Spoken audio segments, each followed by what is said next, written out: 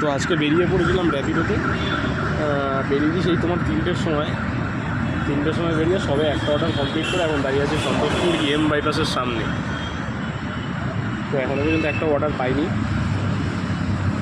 দেখো আমাদের মতো স্টুডেন্টদের সত্যি কথা বলতে গেলে এই কাজ ছাড়া এখনকার দিনে কাজ নেই।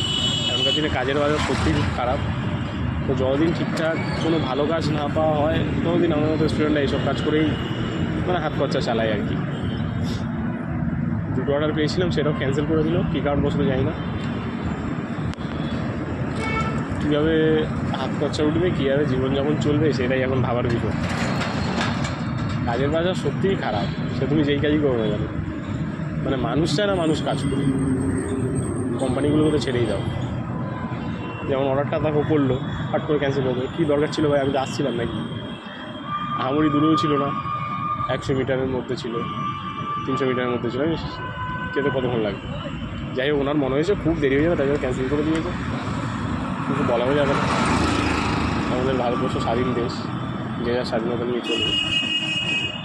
তো দেখো আজকের ওয়েদারটা কত সুন্দর, কমপ্লেক্স আমাদের সামনে, এটা অভিদীপ্তা 2, সুন্দর একটা ওয়েদার। এই ওয়েদারে কাজ করে মজা, কিন্তু এই কাজ না হলে আর কী করে, বাজার খারাপ।